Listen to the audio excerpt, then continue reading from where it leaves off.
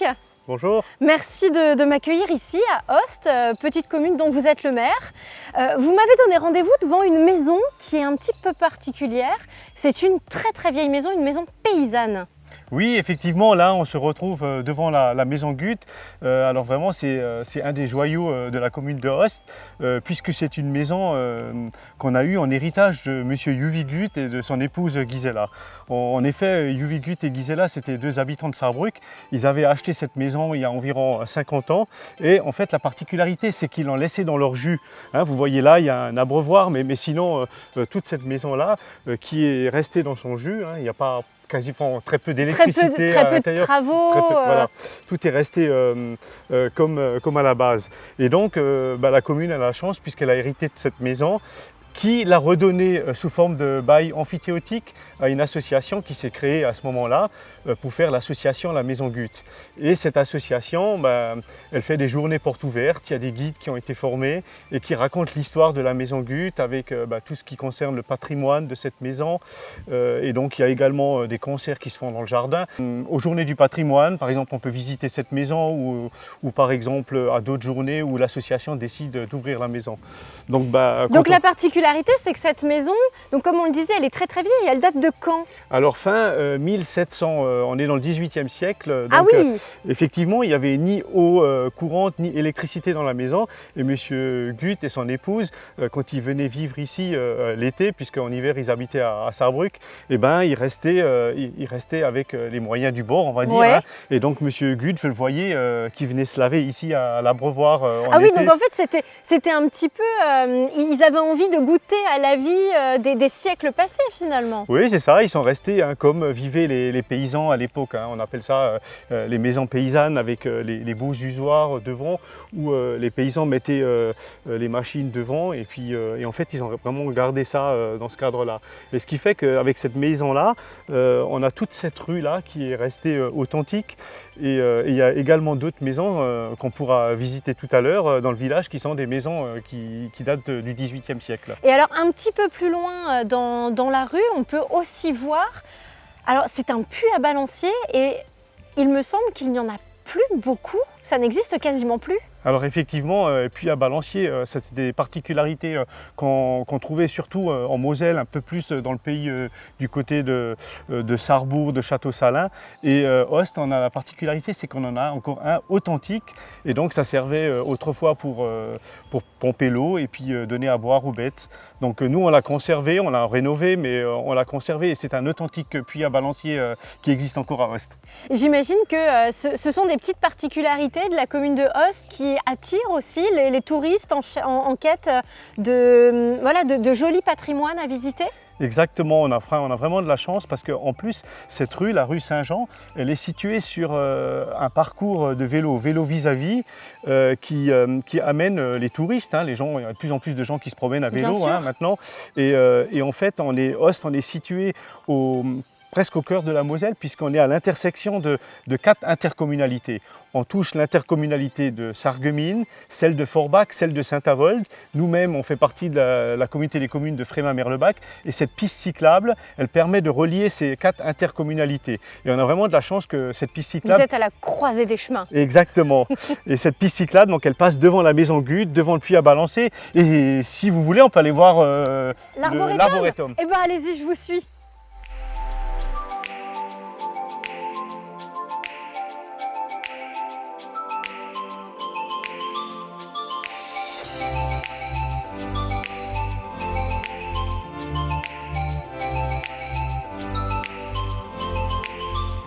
Alors qu'est-ce qu'il a de particulier cet arboretum?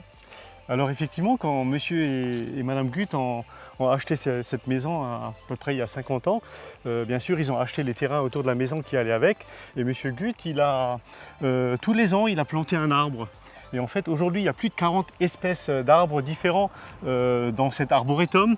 Et ce qui permet d'en faire un endroit très ombragé en été et qui est très sollicité par les touristes qui viennent visiter cet arboretum et écouter les histoires des arbres. Mais à côté de ça, il y a aussi les visites des écoles avec les enfants qui viennent pour découvrir cet arboretum. Parce que, comme vous le disiez, il y a 40 essences différentes d'arbres, dont un séquoia géant là qu'on peut voir ici. Oui, alors ce séquoia géant là, il a été planté il y a 40 ans et il sera certainement l'arbre le plus grand d'Aoste. Donc c'est un super endroit, comme vous l'avez dit, ombragé pour voilà, profiter un petit peu de l'air frais, notamment quand il fait aussi beau qu'aujourd'hui. Et il y a d'autres endroits à Aoste où on peut profiter de la fraîcheur, ce sont les étangs. Oui, effectivement, j'ai envie de vous emmener visiter les étangs d'Aoste pour prendre un petit peu de fraîcheur. Eh bien, le temps de prendre nos vélos, on les enfourche et on s'y retrouve.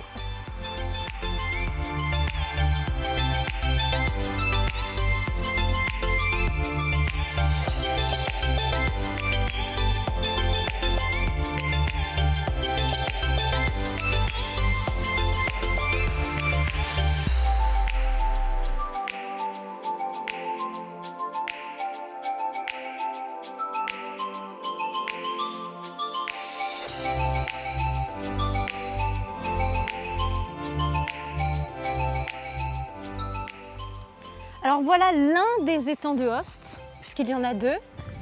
Et la particularité de ces étangs, c'est qu'ils ont une histoire. Oui, effectivement, à Aoste, on a 2 étangs. Et ils font partie de la ligne Maginot Aquatique. Alors là, il faut revenir à la Deuxième Guerre mondiale. Et puis, en fait, pour l'histoire de cette ligne Maginot Aquatique, à cette période-là, il y avait donc un grand commandant militaire qui avait dans l'idée, pour contrer l'invasion des forces allemandes, de construire des étangs. Donc ce ne sont pas des étangs naturels, mais ce sont des étangs artificiels avec des digues. Et en fait, il y en a 7 sur la ligne Maginot Aquatique. Et l'idée, c'était de bombarder les digues pour que toute cette eau, elle se déverse dans l'étang suivant et dans l'étang suivant et dans l'étang suivant. Pour tout inonder, et finalement, pour empêcher les Allemands de venir, c'est ça? Exactement, on inondait toute la vallée de la Sarre. Voilà.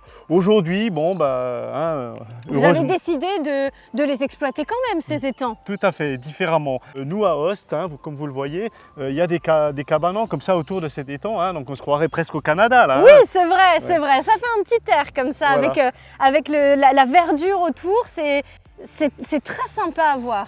Et en fait, ce sont des cabanans de pêche. Donc là, autour de l'étang, le deuxième étang d'Aoste, l'étang du bas, on a 72 cabanans de pêche. Et donc, les pêcheurs, ils viennent là quand ils ont envie, de jour, de nuit. Et puis, ils s'adonnent à la pratique de la pêche. Alors on imagine que c'est quand même réglementé.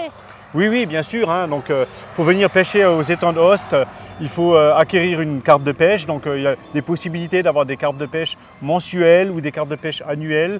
Il y a la pêche de jour, il y a la pêche de nuit. Alors, il y a peut-être des pêcheurs qui nous regardent. Qu'est-ce qu'on peut pêcher ici? Ah oui, alors il y a un certain nombre de poissons. Donc là, par exemple, vous pouvez attraper des carpes de 30 kg. Ah oui, donc quand vous même. Imaginez, 30 kg, c'est une carpe comme ça. Sinon, il peut y avoir des brochets de 80 cm, 1 mètre. Après, il y a tout ce qu'on appelle le poisson blanc.